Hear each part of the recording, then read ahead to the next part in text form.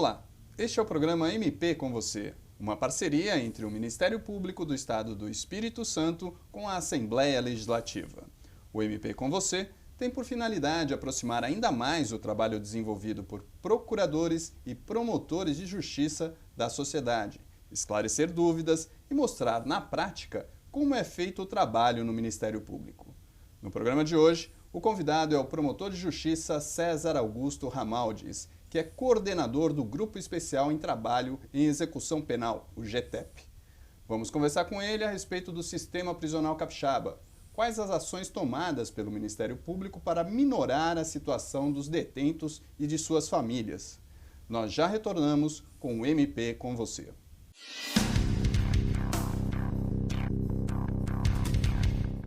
Estamos de volta com o MP com você. No programa de hoje, recebemos o promotor de justiça César Augusto Ramaldes, que é coordenador do Grupo Especial de Trabalho em Execução Penal, o GTEP, do Ministério Público do Estado do Espírito Santo. Doutor César, para a gente esclarecer primeiramente o nosso telespectador, o que é o GTEP e qual é a sua atuação? O GTEP é o Grupo Especial de Trabalho em Execução Penal.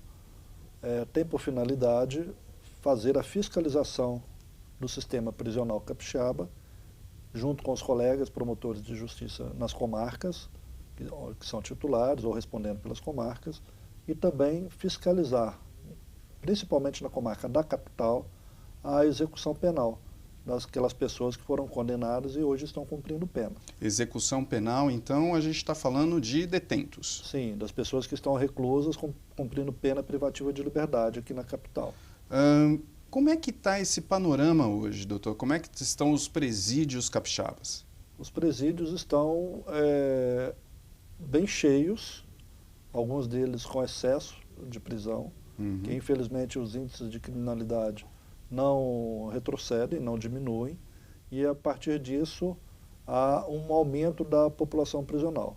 Então o sistema, as unidades de uma maneira geral, estão bem cheias e todos temos que estar sempre atentos para que ele continue funcionando razoavelmente bem como está funcionando atualmente. Hoje a gente tem uma ideia de quantos apenados existem no estado, doutor? Presos condenados são aproximadamente 8.500. É um bocado de gente. E presos provisórios aproximadamente 6.500. Aquela história dos DPJs que também mantinham presos, isso continua ou acabou aqui no estado? As carceragens das delegacias de todo o estado foram esvaziadas e não mais recebem presos, a não ser pelo período que é necessário para que a autoridade policial possa lavrar o flagrante e realizar alguma diligência. Mas tão logo isso acabe, o preso é transferido para o sistema prisional que é gerido pela Secretaria de Justiça. A única exceção que nós temos hoje de delegacia com carceragem é a 20ª Delegacia de Vila Velha, que acolhe alguns presos oriundos da própria instituição Polícia Civil. Então, por medida de cautela de segurança, eles são recolhidos em um local fora do sistema prisional comum.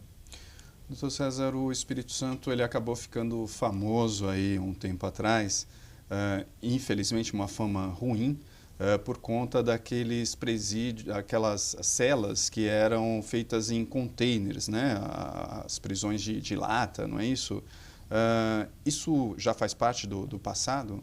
Quando os containers, os presídios modulares foram idealizados, havia uma perspectiva de provisoriedade, que em um determinado momento eles seriam substituídos por presídios comuns. Infelizmente foi o que aconteceu. Infelizmente, o que aconteceu é que durante a sua existência não houve uma boa gestão. Então eles ficaram em condições muito ruins de recolhimento de pessoas. Além disso, o índice de criminalidade também era alto naquela época. Então não haviam vagas suficientes para absorver todas as pessoas. E houve um excesso de pessoas recolhidas nesses espaços. Mas você acredita que aquilo era uma boa ideia?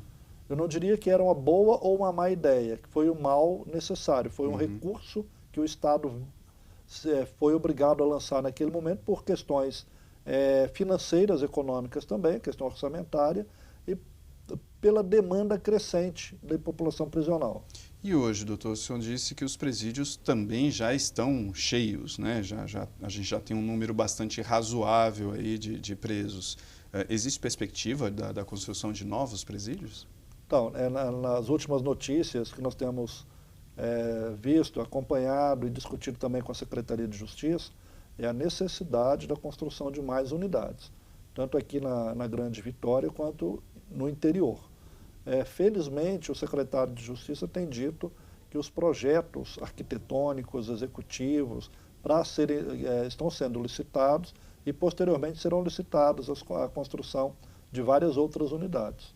Agora, esse modelo é o modelo ideal, doutor? Bem, o modelo prisional ele nunca é ideal, porque a prisão, o ser humano não foi feito para ficar preso. Claro. Né? Então é a medida de exceção. E essa medida de exceção, infelizmente, ela tem sido muito necessária em razão dos índices de criminalidade, de violência no Estado, que não retrocedem, não recuam.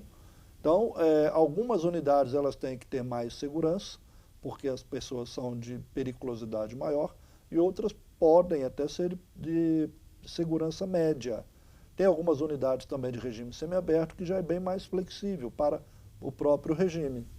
Agora, qual o custo desses internos? Eu não tenho preciso, eu penso que o Estado também tem a dificuldade em precisar, porque vai variar muito do modelo de gestão, da quantidade de presos, o número de agentes que estão ocupados naquele espaço. Agora, geralmente se fala na faixa de 3 a 4 salários mínimos por preso mensalmente. Quer dizer, é um dinheiro bastante razoável. De alguma forma, existe algum retorno para a sociedade por parte desses presos? Quer dizer, eles executam algum tipo de trabalho, alguma coisa que possa retornar esses valores à sociedade? Em princípio, o retorno à sociedade como uma forma de recomposição do custo para o Estado não existe. A perspectiva é que ele retorne positivamente, dê retorno econômico também bom para a sociedade, na medida em que conseguir ressocializá-lo, conseguir introduzi-lo de forma consistente no seio familiar e também no meio social onde ele está vivendo ou onde viverá depois de cumprir a pena. E o senhor tem conhecimento de algum modelo onde o preso pague, de repente, nesse sentido de pela sua estadia, digamos assim, num presídio? O sistema brasileiro ele não faz previsão clara quanto a essa questão do reembolso do Estado ao Estado pelo tempo que ficar preso. Então eu confesso que não conheço. Certo. Agora, doutor, pensando aí na questão do porquê dos nossos presídios estarem tão cheios, existe alguma forma de se atacar essa causa? Todas as formas possíveis de se atacar os índices de violência, elas podem ter resultado a médio ou longo prazo. A curto prazo, muito dificilmente vai surtir um efeito imediato no âmbito do sistema prisional, porque o sistema prisional reflete o que acontece na comunidade, que são os índices de violência, de criminalidade que infelizmente não retrocedem. Então, o que o Estado tem que fazer é proteger, na minha perspectiva, é proteger as pessoas, no sentido de mantê-las inseridas em atividades sociais, familiares, que também não é fácil, o Estado não deve se intrometer no meio da família, mas dentro da comunidade, sim. E isso ele tem que criar opções para a criança, para o adolescente, para o jovem, para o adulto também, se sentir inserido e incentivado a buscar alternativas mais viáveis, mais comunitárias, longe da possível criminalidade. Seria uma atuação nessa população de risco. Exato. A população de risco, às vezes, há um parâmetro um pouco utópico. O que é a população de risco? Pois é. É que todos nós corremos risco, tanto como vítima quanto autores, porque a criminalidade, em determinado momento, atinge todas as camadas. E não é a questão cultural, social, educacional, que a gente tem visto que inibe a possibilidade do crime, mas é o caráter, o ser humano, a formação que ele vai conquistar, que ele vai adquirir desde pequeno. Aí a gente tem que falar em família, doutor, de repente, que seria a unidade básica da... O primeiro núcleo social nosso é a família. Então esse é o grande norte. E como manter uma família em níveis bons no aspecto de formação, no aspecto de envolvimento, de interesse de pai e mãe com relação ao tratamento, com relação à educação de cada um dos filhos. Esse é o grande norte. Quer e dizer, nós, infelizmente, estamos perdendo essa batalha. Pois é, o Estado, de repente, deveria atuar, então, nessa base? Esse seria um princípio? Na minha perspectiva, a maior dificuldade é que o Estado não pode fazer ingerência dentro da família. Então, ele tem que buscar alternativas para se aproximar da família, para se aproximar da comunidade e, com isso, tentar resgatar a autoestima familiar e a autoestima social, comunitária, no sentido de uma proteção. É uma perspectiva que eu penso que tem que ser buscada para o médio e longo prazo. Nós temos aqui no Estado um projeto que me parece bastante interessante, que é o Estado Presente, né, com ações diretas em comunidades. Isso seria já um primeiro passo? Sim, me parece que é um passo importante, talvez uma das perspectivas, dos mecanismos a serem usados para que possa haver uma reinserção familiar, para que possam as pessoas naquelas comunidades se sintam protegidas, se sintam valorizadas e, com isso, haja uma perspectiva de redução de criminalidade. Outro aspecto que a gente vê e que é crescente também é a questão das drogas, né? As drogas trouxeram também um aumento aí nos índices de violência. Isso também é perceptível nos presídios? Infelizmente é. O grande número de pessoas presas por pequenos ou médios delitos em razão da dependência química ou em razão do tráfico é muito grande. Um percentual enorme de pessoas, de crimes oriundos dessa marginalidade, que é o tráfico de drogas, que é a dependência química, que é a venda para manter a dependência, que é o roubo, o furto para manter a dependência e, às vezes, até, infelizmente, também muitos homicídios que têm sido praticados em razão da questão de dependência química, tráfico de drogas. Quer dizer, então, se a gente pensar em alguns paralelos aí, a questão das drogas, a questão da família, de uma base melhor familiar, quer dizer, que atacasse, por exemplo, esses dois pontos, seria uma perspectiva de diminuição nos índices de criminalidade no Estado.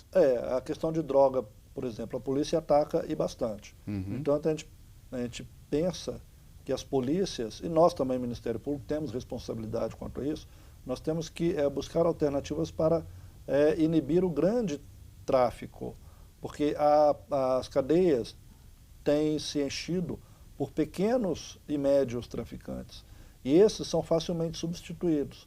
O Estado não conseguiu ainda atacar o tráfico de maneira mais consistente, no sentido do grande traficante, daquele que financia o tráfico.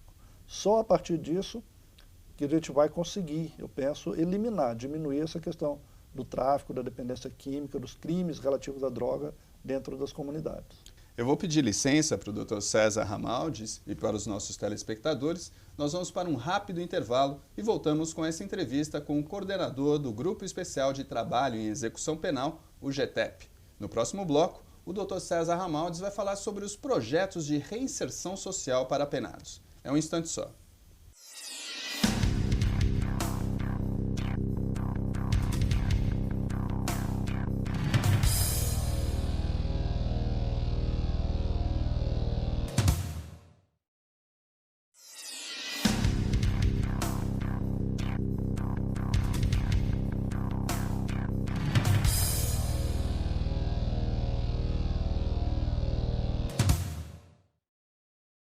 Estamos de volta com o MP com Você, um programa do Ministério Público do Estado do Espírito Santo feito para o cidadão capixaba, em parceria com a Assembleia Legislativa. Hoje estamos recebendo o promotor de justiça César Augusto Ramaldes, que é coordenador do Grupo Especial de Trabalho em Execução Penal, o GETEP, presente aqui nos estúdios da TV Assembleia. Doutor César, nós falávamos aí da questão do sistema prisional capixaba, daquilo que os presos poderiam oferecer à população por meio de trabalho. O senhor disse que não é possível pela legislação brasileira. Agora, existem projetos de reinserção social. Isso é possível. Sim, na primeira parte eu disse que não havia muita possibilidade de recomposição, de ressarcimento do custo do preso Perfeito. para o próprio Estado. Agora, existe também, a legislação nossa faz previsão ao serviço comunitário, Certo. que é a prestação de serviço à comunidade. Esse tipo de pena, quando a pessoa não está recolhida ao sistema prisional, que é a chamada pena alternativa, é uma possibilidade de trabalho comunitário, que a pessoa aí sim, ela faz uma espécie de ressarcimento à sociedade, Certo. à comunidade, não ao Estado que está financiando a prisão dele. Dentro do sistema prisional, ele tem acompanhado diversas ações da Secretaria de Justiça na perspectiva de reinserção. E a gente pode citar vários exemplos. São cursos de alfabetização, né, no modelo EJA, que inclusive com certificação pela Secretaria de Educação, não tem nenhum documento dizendo que ele era preso, estava cumprindo pena e estava estudando na cadeia. O documento dele é regular como uma pessoa que está na rede de ensino normal. E a gente tem a satisfação de ir a algumas unidades prisionais, e quase todas, por sinal, e perceber um número grande de professores que se dedicam, que ficam em sala de aula, que se sentem bem em fazer o trabalho dele, que ele aprendeu, que ele tem técnica para aquilo, e se dispondo a ensinar para as pessoas que estão ali cumprindo pena, que às vezes há um preconceito muito grande, mas tem muitos profissionais que se dedicam e muito bem a essa tarefa. Além disso, a gente percebe dentro das unidades prisionais cursos profissionalizantes das diversas áreas para tentar inserir o indivíduo, né, o preso, no mercado de trabalho. E como é que funciona isso, doutor? O próprio apenado pode pedir para fazer? Isso é oferecido? A gente tem acompanhado na Secretaria de Justiça que há uma avaliação de demanda de mercado também. Então já teve alguns cursos técnicos de petróleo e gás, cursos na área de construção civil, dos mais diversos, alguns cursos pelo Senar, que é mais na área rural, lá na penitenciária agrícola tem funcionado muito bem. Na PAC de Cachoeira de Itapemirim, o Senar também tem feito alguns cursos na área de piscicultura, na área de hortas, né, de olericultura, coisa assim bem interessante. E o preso pode ou não fazer? Como que é? É facultativo, vai um pouco da aptidão, né, do desenvolvimento dele, da formação dele, e é oferecido para as pessoas. E quase sempre, felizmente, a procura é maior do que a oferta dessas vagas. Além de tudo, que é a questão da profissionalização, da educação, a gente acompanha também, até essa semana, a Secretaria de Justiça entregou o chamado selo social. Mais de 200 empresas empregam mão de obra prisional. Então, são aproximadamente 2.000 presos trabalhando nas diversas empresas de todo o Estado. Quer dizer, e se trata de uma reinserção de fato. À medida em que a pessoa se sentir valorizada, né, a sua autoestima valorizada com relação à inserção comunitária, à inserção social, à inserção no mercado de trabalho, cria para ele, para a família dele, para o Estado, para a sociedade, uma perspectiva do novo, né? Do modelo novo para a vida dele. Então, esse é um trabalho interessante que vem sendo feito. E extremamente positivo. Além de ser muito positivo, há também um aspecto de não ser fácil, porque, infelizmente, a pessoa, quando é uma parcela, quando se envolve com criminalidade, ele vem com uma carga cultural e social negativa muito grande. Então, ele também tem que reconstruir dentro dele o aspecto de autoestima do trabalho, de valorizar o trabalho, valorizar a si próprio. Também isso gera um trabalho muito grande dentro dos presídios e, às vezes, infelizmente, algumas pessoas não conseguem absorver bem essa metodologia, essa perspectiva do novo para ele. E aí a gente vem no outro aspecto, no outro lado, que é exatamente a porcentagem de reincidência. Esse número é alto? Como é que a gente está?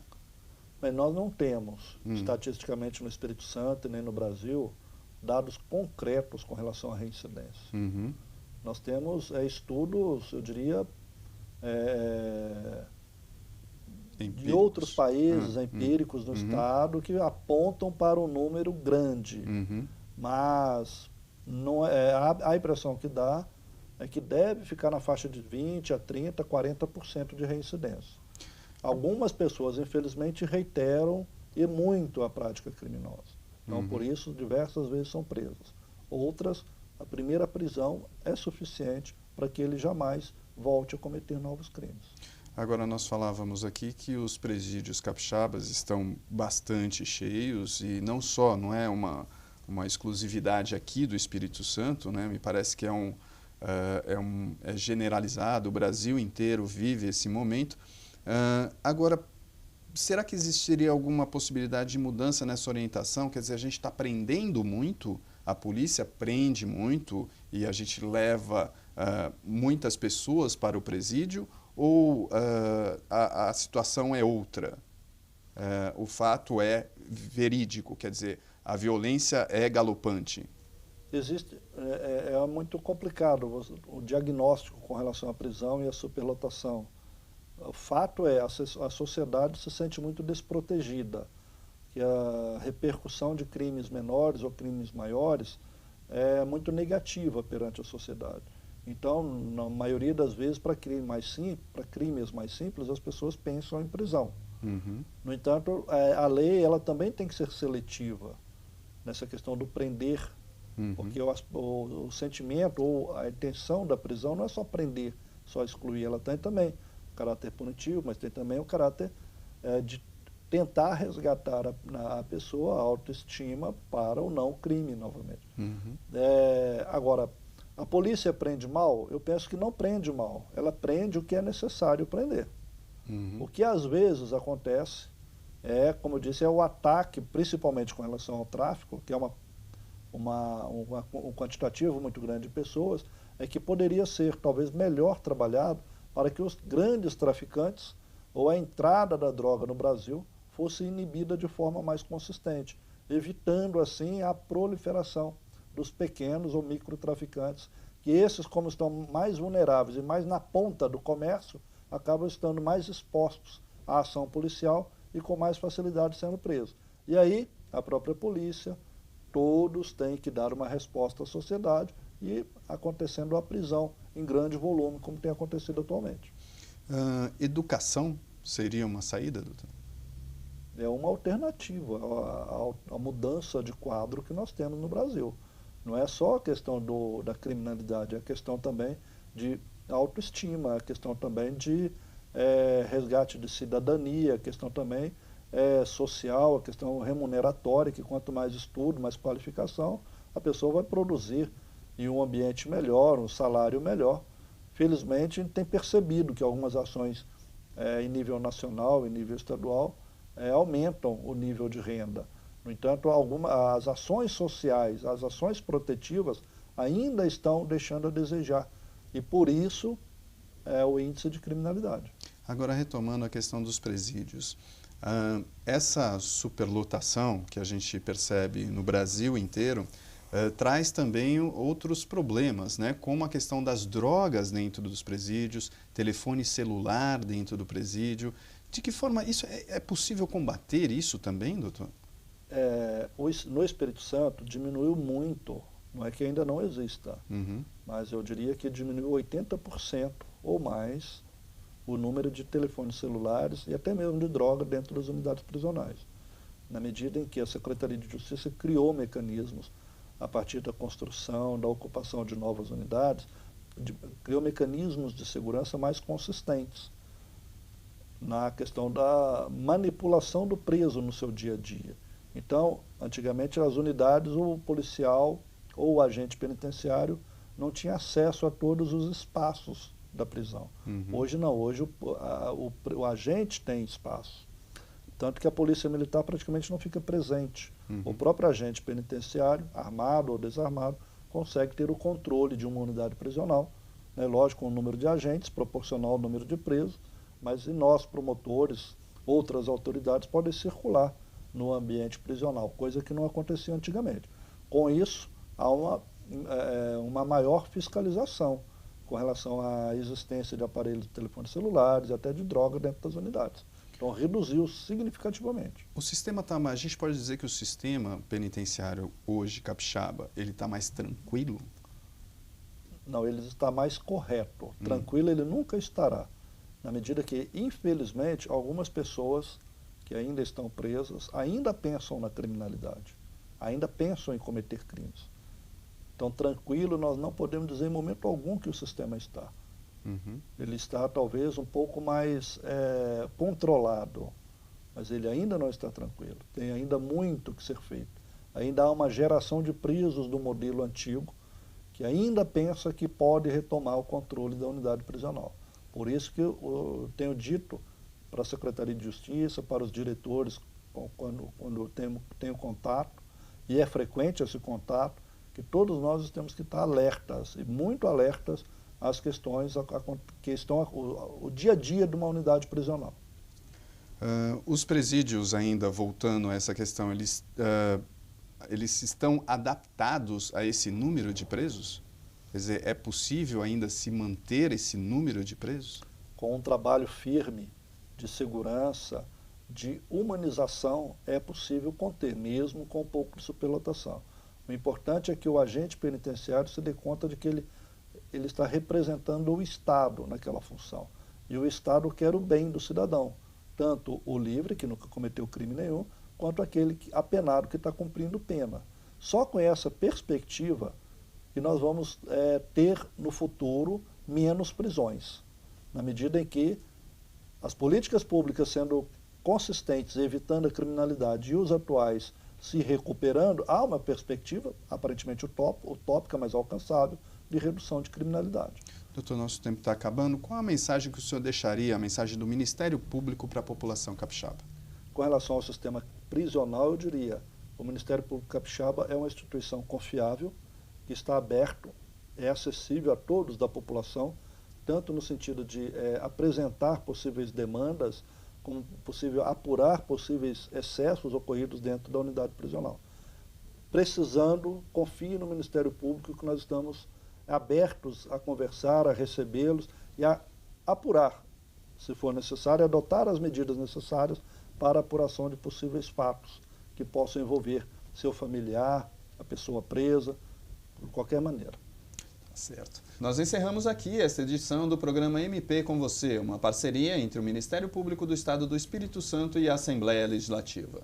O nosso entrevistado de hoje foi o promotor de justiça César Augusto Ramaldes, que é coordenador do Grupo Especial de Trabalho em Execução Penal, o GTEP, a quem agradecemos a presença aqui nos estúdios da TV Assembleia. Eu agradeço a oportunidade de poder falar para você, Rubens, e para a população de uma maneira geral. Tá certo.